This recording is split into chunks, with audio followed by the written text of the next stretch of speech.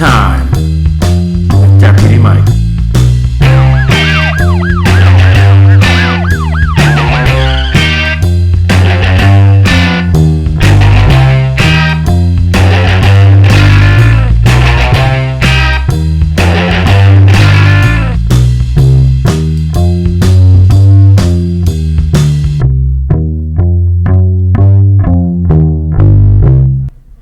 Hi, welcome back to Doing Time.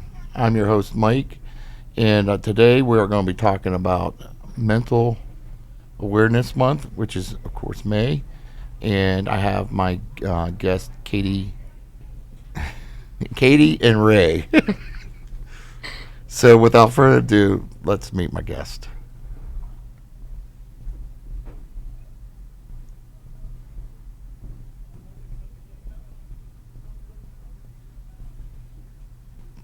I guess we're not getting music. Okay. Go ahead. All right. I'm Katie Cortella. I'm the Director of Clinical Services at the Trumbull County Mental Health and Recovery Board. Ray Pace. I'm the Fire Chief at Highland Township Fire Department. Welcome aboard. Thank you.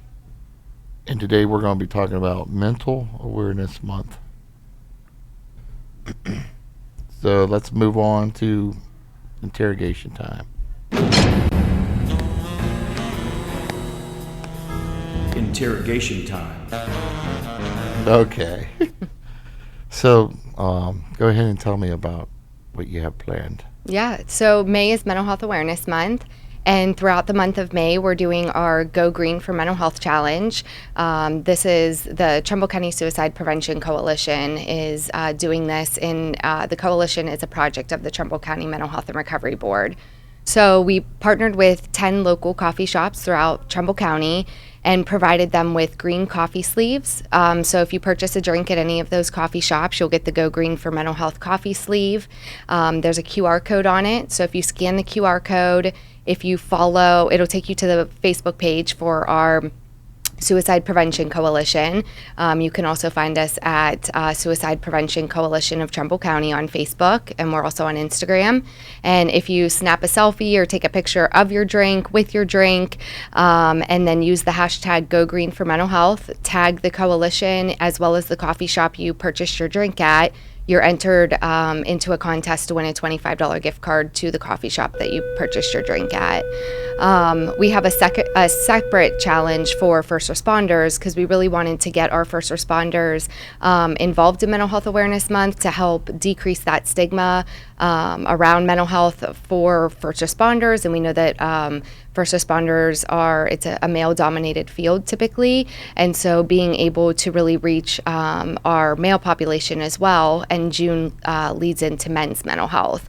And so first responders it's the exact same challenge, but they're entered into a separate drawing for their department to win pastries and donuts. So same coffee shops, if they go to the coffee shop, scan the QR code, take a picture, tag us, tag the coffee shop, and use the hashtag Go Green for Mental Health. Their department can win pastries and coffee for the department.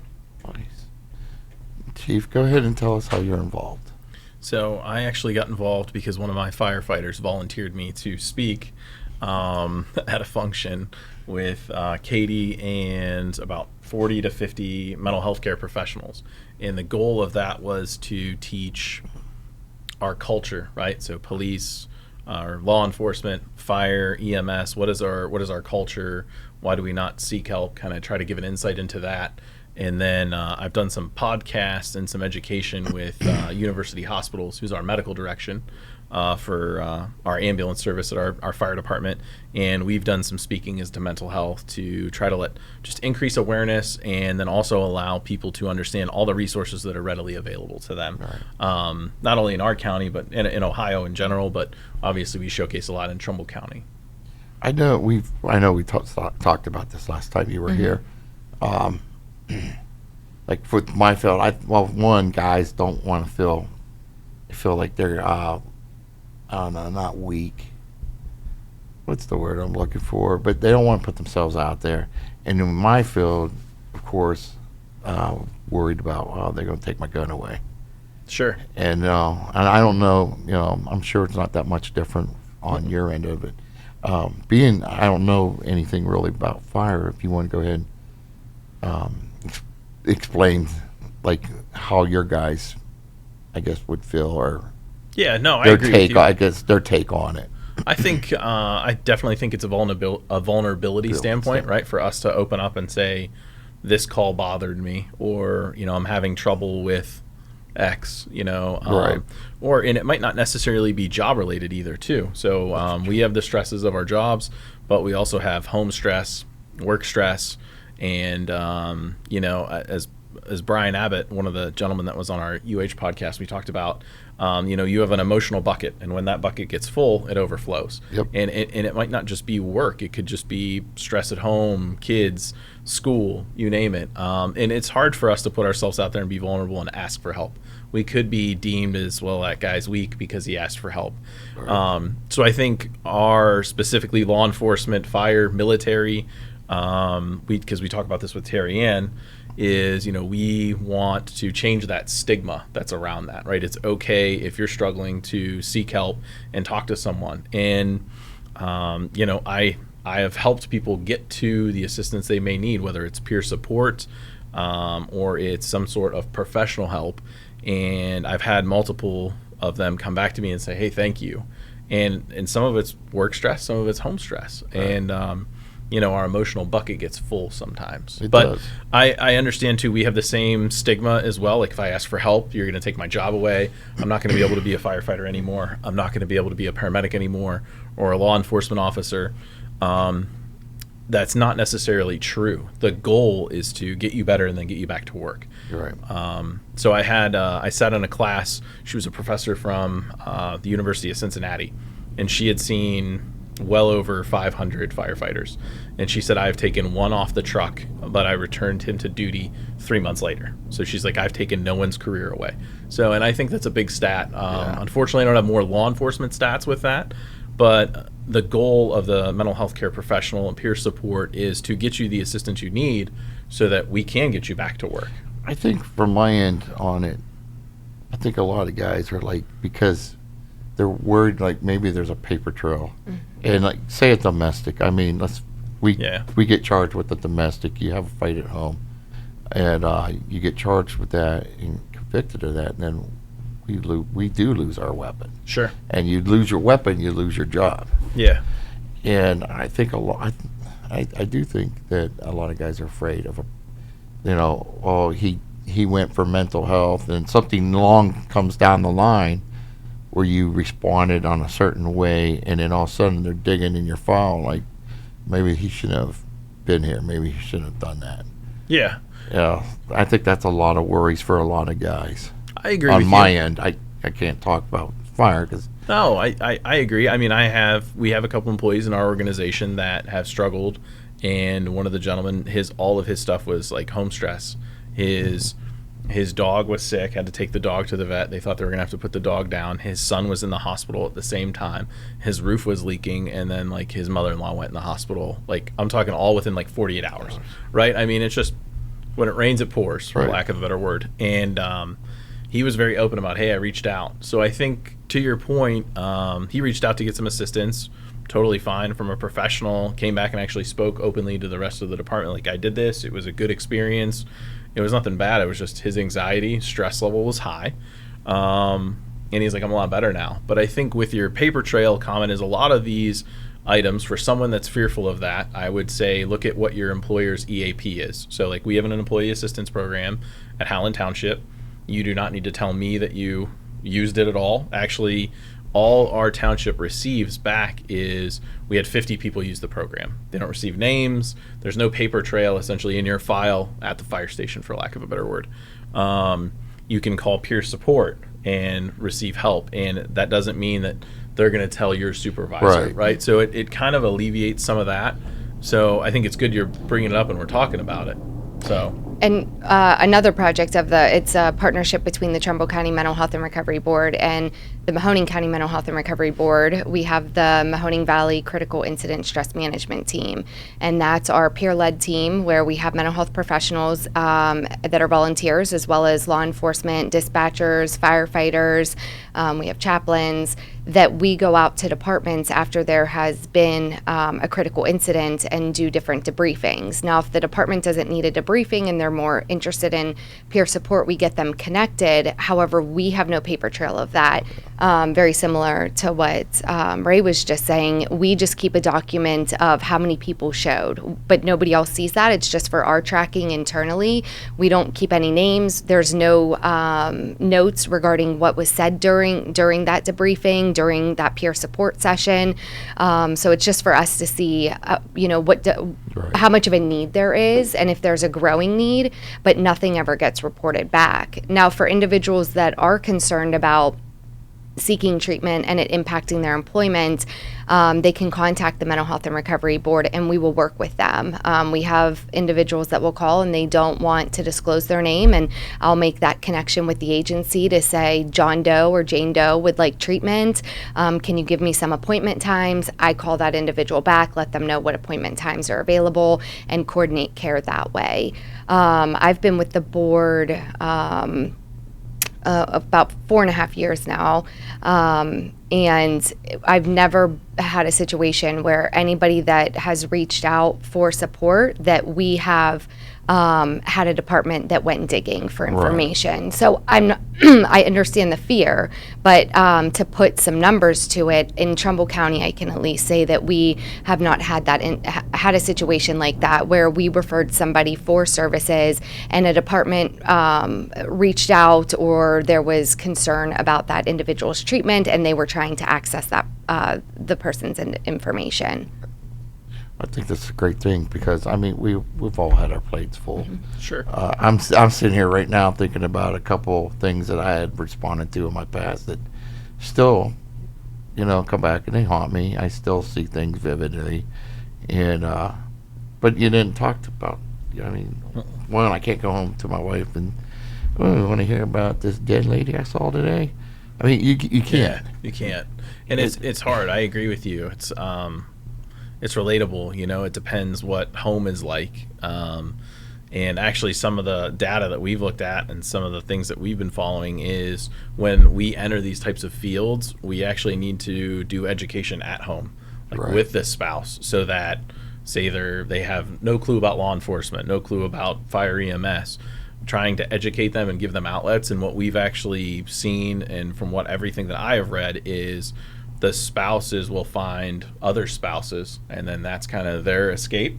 Yeah. So other wives will reach out to each other and talk to each other about what's going on with them and what's going on at home sometimes too, where we are more apt to talk to each other or use dark humor, joking, things like that's kind of our outlet. Right? I tell people that I was like, we got some of the darkest humor. We do. Yeah, and then people really think we're crazy. Sure.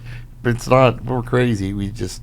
You don't understand. No, you don't understand. And then, some of those things just never go away. It's hard to explain it to someone else, and it's hard to have somebody else understand your point of view. They weren't there, different stressors. So I think the big thing that we're seeing is there's a lot of positivity coming out of peer support. So it's not as formal. I'm not trying to degrade it by any means, but it's not as formal, right? So there's no real paper trail. It's very easily accessible. You can make a phone call. That person can connect with you. You can talk to them on the phone, or maybe you can meet them at a coffee shop and have coffee and just kind of just let it out. But it's more of a less formal setting, so it's not as intimidating for us to maybe seek that help. So I think that's been a very good thing for first responders just in general. Yeah. Peer support is it's very effective. And going back to what the Mahoning Valley Critical Incident Stress Management Team does, it's a free service to all departments in Trumbull and Mahoning County. There is no cost to that department.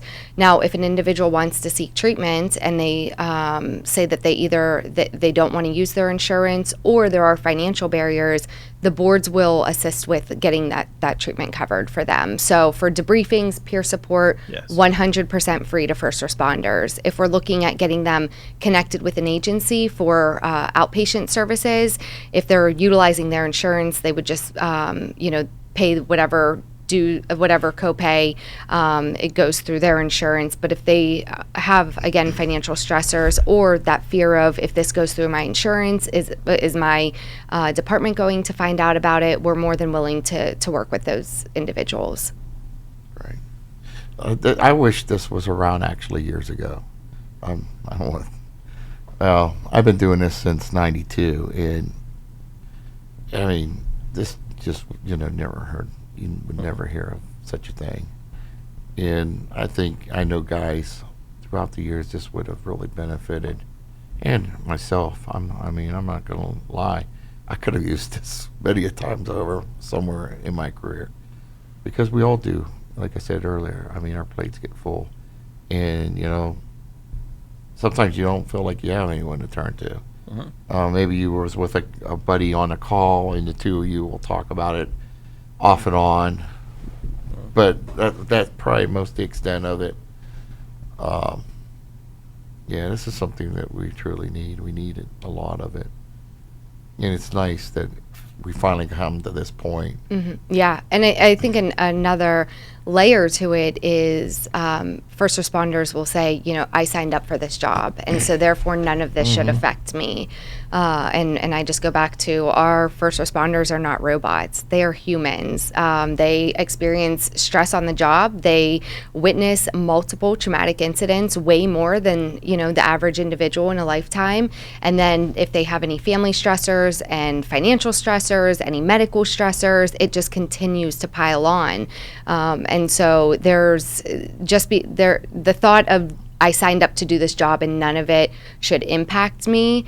It's just not, it's not true. There's no truth in that. It's not, running into burning buildings is not natural. No. So trying to process that and work through things that really impact you can be beneficial. Yeah, and and the bad thing is, all until now, let's face it, where's a lot of guys go to? You go to the bottle. Mm-hmm. Yep.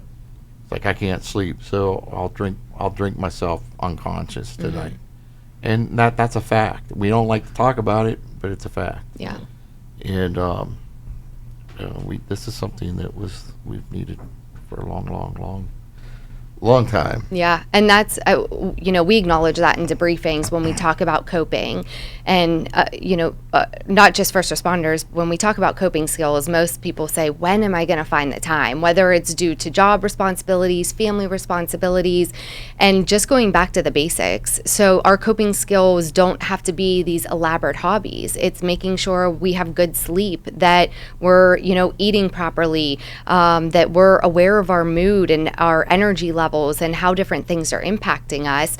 And so we do also talk about substance use. So if you are drinking, being cognizant of how much you're drinking. So we're not going to approach it as, you should not drink. Right. We don't ever, during a debriefing, when individuals disclose that they're drinking more, we want that self-awareness, so we just suggest decreasing use, opposed to just being aware of how much you're using and then attempting to decrease. And especially after a traumatic incident, do you notice those changes within your body and within your with your behaviors? Right. It's interesting you bring that up. So I was part of a debriefing with a hospital and a fire department that was not my own. We did a trial as the hospital to see if we could do a debriefing with nurses from the emergency room that we took the patient to, that it was a pediatric patient that had died. So definitely, a trigger for some people. Everybody has kids, so that's very hard. And the paramedics, so we had the paramedics and the nurses together, and the EAP woman started off, and she's like, how do you guys usually cope with this? And all the firemen were like, well, usually we go to the bar and we have a couple drinks, right? And she was like, okay, we can't do that. And he's like, well, we talk about it and go through that. It's not that they were going to access, but that was another way for them to all get together and then talk about it, which is essentially what peer support is, for a lack of a better word, minus, having a couple drinks doing that. So I think this is a huge stigma change, and culture change, and it starts with leadership. So that's why I'm so vocal about it. And my organization, all of my people know that if they need any kind of help, they just knock on my door, come in. We'll gladly get you any help that you need. And I'm huge for that, because I would rather help somebody than have them in a worse place where they would want to harm themselves, or they're drinking every night or something like that. We want to try to prevent that. So I think a lot of it is culture, and we came from a very dark place of, if you can't do it, then this job isn't for you, right? Exactly. I was told that when I started. It was pretty much like, if you can't deal with this, on my first like fatal car accident, if you can't deal with this, there's a door, like find a new career. And so we kind of ate our young well, at least when I came into the service. I'm sure it was the same for you. And now we're starting to see a huge shift of, we see a lot of bad things that other people do not see, that are not normal. And then you're given no tools to learn how to deal with it, essentially. Like, just figure it out. And if there's, if you have a problem with it, then it's almost like something's wrong with you. That's not necessarily true. And I think the other thing that Katie mentioned that's big is you have to have those outlets of things to go do they don't need to be an elaborate hobby. If it is like, I enjoy fishing, it could be going outside, getting outdoors, exercise, fishing, going to a sports game, going to watch a baseball game, going to watch a football game. Just getting outside is actually even just beneficial versus sitting in the house, not doing anything, or being alone. Go hang out with other people that are like you too, and talk to them about it too. But it's funny what you said, because I was sitting here also thinking, the generation that I learned from, the old timers, and and these were diehard guys because they were taught by diehard guys, and they would go to, in their time period, they would, go to the bar and drink. Yeah. They're on duty, you know what, we're going to go unwind for a little bit, I'm on lunch. And they would, that's how it was. Yeah. And I think that's how they dealt with some of their problems. I don't know how good they were when they were getting off of lunch, but Jesus. Yeah. I get it though. Yeah, but, that's what they turned to. That's what. That's where we came from, and now we're evolving into this. But let's face it. And you said it. If you said, the bottom line is, if you can't take seeing all this blood and all this or that, you're in the wrong job. For me, you got to run at the gunshots. You can't run away from gunshots. And who knows, that gunshot might be the last thing you ever hear. So we were talking not too long ago with some of us guys about the SROs. I come here every day. I look at all these kids, but knowing, my reason here is kill the killer. That's why I'm here. Yeah. I like doing everything else I'm doing, and I pretend that other scenario doesn't exist, but the dark truth is, the reason I'm here is to try to save lives, knowing that in the process I'm going to be losing some lives. Yes. And that my ultimate job is to take somebody else's life. That's that's a lot, and you think about that every day. Yeah. Every day I get dressed and I'm coming to school, it's in my head that, because it's never it's never going to happen here. It's now, it's come to the realization, I hope it doesn't happen here, kind of thing. Yeah. But you got to prepare yourself. Every day. Every day I get dressed, I put this uniform on. It's like, could this be the day? You don't know. Yeah. The world's definitely a changing place that has forced us to adapt to be ready for those types of things. And I do the same thing driving to work. So if I'm getting in my car and I'm driving to work, I'm thinking, what's the worst thing scenarios. What's the worst thing that's going to happen today? And that happens. And I think, entrapment, fire, somebody's there, we can't get to them. God forbid one of our people gets hurt. That's another worst scenario. And then any type of active shooter event is another terrible scenario. Yes. And it's to someone that hears that, they think, well, why would you think about that? You're trying to prepare yourself to respond to that emergency to help the most, children, person, building, whatever it may be. You're trying to prepare for that. But for someone that doesn't understand that, they hear that and they think, well, why would you think that? Well, they do. They look at you weird. It's like, well, you shouldn't be. Well, no. For me, I have to. I have to prepare about what I have to do. It's It's a like dark game mode. scenario. Yeah, it is. It is, but it's like you have to put yourself in. I got to put myself in it. You have to put yourself in it in game mode and be prepared to respond correctly in that situation, because that's what we're here for. Yep. And we do think about those things, and unfortunately the world is changing in a challenging way. It's giving us new challenges, and we have to be prepared for those and to respond to those to the best of our ability to save as many lives as we possibly can. And the shift that it requires for first responders. So you can have a traumatic call. So, law enforcement, they can have a traumatic call, and then their next call is a traffic stop, or fire department. Sure. So you may run into a burning home and deal with a tragedy, and then get a call that may be something that's more minor, that it's not a tragedy, and you're having to shift mentally in those different situations. After you experience something traumatic, it's not normal to then just run to the next call, be able to file that away, run to the next call, and not let that impact you. Most people can't do that, but first responders are really good at doing that because that's how they're effective in their job. Yes, we're a lot better at helping other people than we are helping ourselves. Right. I've said that a couple times. I probably shouldn't say this, but all right. So I had a suicide over the summer, and I didn't personally. I knew of the guy. I've seen him. I knew the house because I had friends that owned the house prior to him. His kid actually went to school with one of my kids, and he was a deputy sheriff in another county who had problems and did what he thought he had to do. Yeah. And I know, and so it's like you had to go there, you had to deal with the scenario, and then I had to go back patrolling. Mm-hmm. Yeah. And then you got this whole thing sitting in the back of your head. And of course, I went home and told my one son, because I had to actually talk to that gentleman's son, who right away knew who I was. Sure. And so, I went home and, hey, I just want you to know before news breaks out, blah, blah, blah, blah, blah. I know you guys haven't seen each other for a while, but Yeah. yeah, and that's a lot. I mean, That's hard. Yeah. Nobody prepares you to do that. no. Right? And this is one of the things that we're working as like educational institutions for EMTs and paramedics, and something that I definitely think law enforcement needs to talk about is we're talking about and having those conversations with the students now.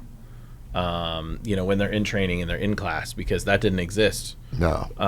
when we went to school. So it's like, well, how do we fix it? Well, let's start talking about it early then, when they're in school and they're a student, to try to better prepare them for that situation as best as you can. I mean, there's no book that's going to tell you this is how you handle this. Right. This is how you do this. There's no script for that. But I think by at least starting to talk about it a little bit more, helping to prepare them. But we also need to take the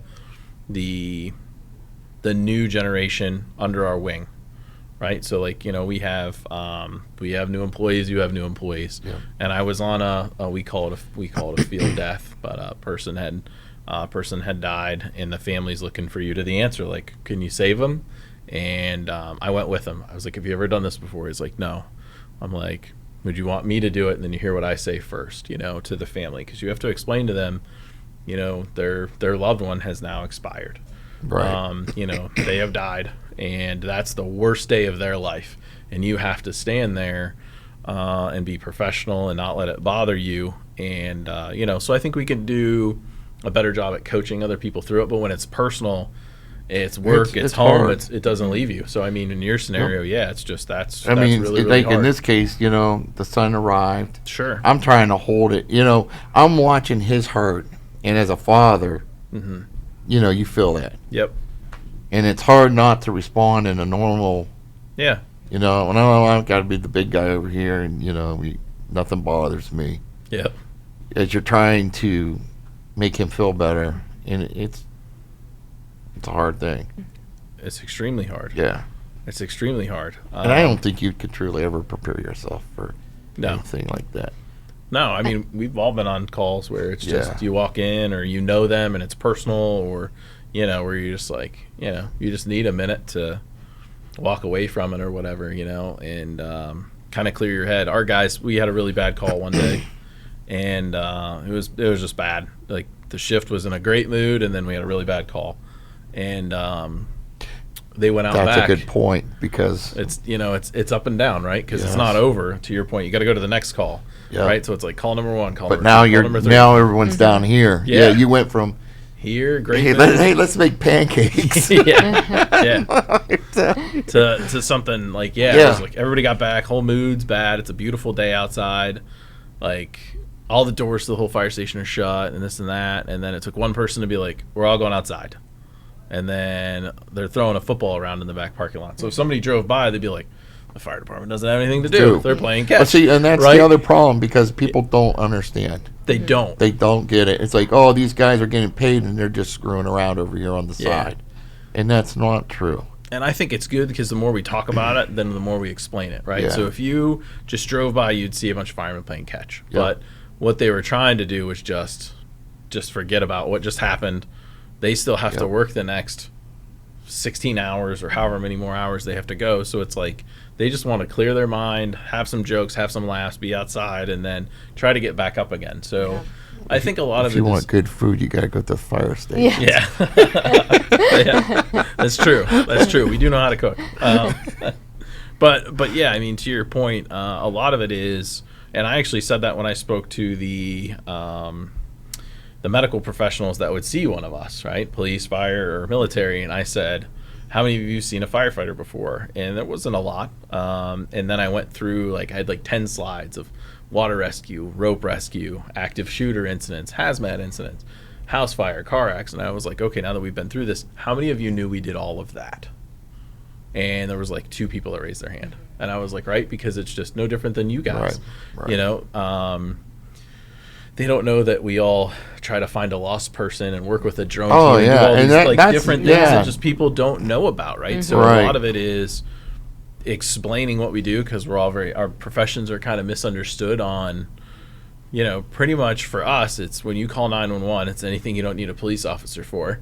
And then if they call 911 and, anything they need a police officer for, then it's you. It's just, that's it. That is 911, is both of us. So the call is going to go to one of us, and it can be grandma's pilot light went out on her hot water tank Right. to something tragic. And you guys don't even know what you're rolling into anymore. There was just a fireman or paramedic, whatever. He But was stabbed. he was just stabbed to death. Yes. He responded Kansas to a City. call. Yep. Yeah, he was 22 or 24 years old. Young man. I think he was just starting a family. Mm-hmm. Yeah, that was tragic. Yeah. Yeah, he was stabbed by the patient he was taking care of and Yep. transporting in the ambulance. And Kansas City. Yeah, that And was. what that people was, don't seem to understand is with these guys, they're there. We expect everyone to want to fight us. I mean, that's a gimme. But these guys are trying to save someone's life, and all of a sudden they're in a fight for themselves, trying to save their own life because that person's out trying to kill them, and because they're on something, whatever. Sure. I mean, the scenarios are on stop out there, but you don't know what you're walking into. And then if you lose one of your own, well, that's the most devastating thing. Yes. Yeah. And it's the same for you guys. You don't know what your law enforcement doesn't know. No. It could just be a regular call and you knock on their door and then it's not what the dispatcher said. No fault of the dispatcher. No, because they don't know. I mean, They don't know. they're getting the information. They're trying to, and they do. You know what? I love our dispatchers. They do a great job. I can't say enough.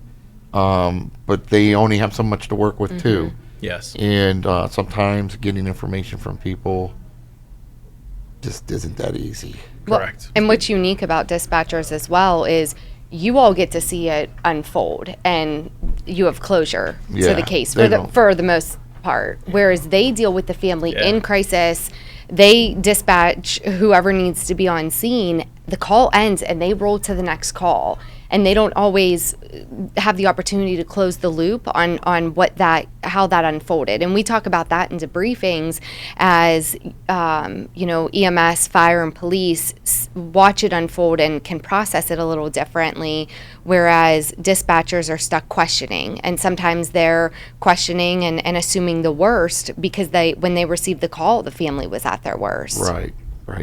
I got the sign to wrap it up. No. So we got, let's talk about this again real fast. Yeah.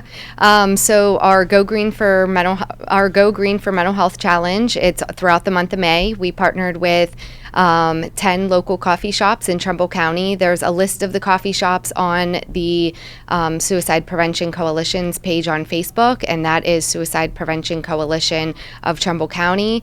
Go grab a drink and snap a picture with your drink, scan the QR code, post, tag, and you'll be entered to win a $25 gift card. And for departments, you're entered to win pastries and coffee. I know you don't know all of them, but off the top of your head, you said you knew 10. Yeah. Can you name them for us real fast? Yeah, I will get through as many as I can. Okay. So we have Caden's Coffee House in Niles. We have Mudslingers, Mocha House, Market House Cafe, the Halland's Bean, the Daily Grind, Katie's Coffee Talk, the Fowler General Store, and I could go hit that one. I don't know if I said the Pick Me Up Coffee Trailer. So we had quite a few new coffee shops that came on board this year. That's a nice scatter too. Yeah. So far, all throughout Trumbull County. So awesome. yeah, it's great. And then let's see if they can focus on me real fast. If you can, I'm trying to see there if we can get it. If you want to talk about, I'm trying to get it squared. There we go. I think I got it. There. Yeah, the First Responder Challenge. So again, visiting one of the participating coffee shops, taking a selfie with your drink. We encourage group photos. It's great to have the first responder departments together in a photo, tagging us using the hashtag Go Green for Mental Health, and they're entered into a drawing. Nice. I wish we had more time on this. Oh, we could do the shout outs. Let's go to the shout outs. So It's shout out time. basically, hello to whoever you want. You're not limited to one person. All right. Peace them out, whatever you want to do. I'll give a shout out to Brian Abbott, who's an Elyria fireman, and Matt Fulmer, who's one of our firefighters, because those two have been very influential in, peer support, speaking out about mental health, trying to change the stigma. So that's my shout out. I'm going to shout out all of our participating coffee shops. Again, you can find them on our Facebook page. They have been great partners and really appreciate them pushing this out through Trumbull County. Shout out the both of you for being just so willing to partner and advocate for mental health. And shout out all of our first responders that we continue to work with. Well, I was going to shout out you guys for the great work you're doing. This is a hard topic. I mean, it is a hard topic. And just getting it out there, I think it's a great thing. And we are a hard bunch. We're a rough bunch. Yeah, we are a rough bunch. But I think the big thing is we have resources. You can Yes. call the Trumbull County Health and Mental Health and Recovery Board. We have CISM. We have peer support. There's 988 for the Suicide and Crisis Lifeline. Maybe your employer has EAP, so you have outlets for assistance. Mm-hmm. So that's what I would say to anybody listening. I strongly encourage you to reach out if you need any type of help. Yeah.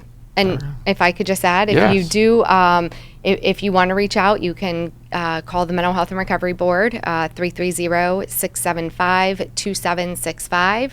You can also get on our website, trumblemhrb.org, and you can also contact 211. Nice. So let's move on to things to know before you go. Things to know before you go. So this is where you can throw out that phone number again, too. Oh, perfect. Okay. Yes. Anybody seeking mental health resources, please call the Trumbull County Mental Health and Recovery Board at 330-675-2765. If you're experiencing a mental health crisis or looking for mental health resources, you can contact 211, which is also the 988 number. The 988 calls are rerouted to 211. And you can get on our website at trumblemhrb.org and check out all of the different resources that we have here in Trumbull County. Nice. Also, this segment, if you know anyone's doing fundraising, your department's doing fundraisers, churches doing, if you know, please let us know. Let us know. I mean, if you can think of something. Got anything for me? Actually, yes, I do. There we go. There is one fundraiser that I believe is still going on for Joel. That was an EMT, and he was on Southington Fire, and he was an EMT at MedStar, and he had passed away. He recently just passed away from cancer, but I know that we had partnered with Southington. Our union had Local 2786 had partnered with them to help sell shirts and stuff to try to offset the cost. So I would encourage people to look at the Howland Professional Firefighters Facebook to see if I believe this shirt sale is still going on to benefit Joel and the loss of him. What about, are they able to get a hold of Southington then, or just go through you? I believe they can get a hold of Southington. Chief Bauer, Scotty Bauer, is the chief out at Southington, and I know he's been heading that up with that. You got anything? I don't think I have anything. Would you like to share any more? We could share some more stuff about this real fast. Any more numbers that you can think of? There is the crisis text line. If you text 741-741 and then in the message type the number 4HOPE, that's our local crisis text line number. And that seems to be a great resource for our younger generation, as they tend to like to text. So yeah, 988 and crisis text line, the 741-741 number. We encourage individuals to use those.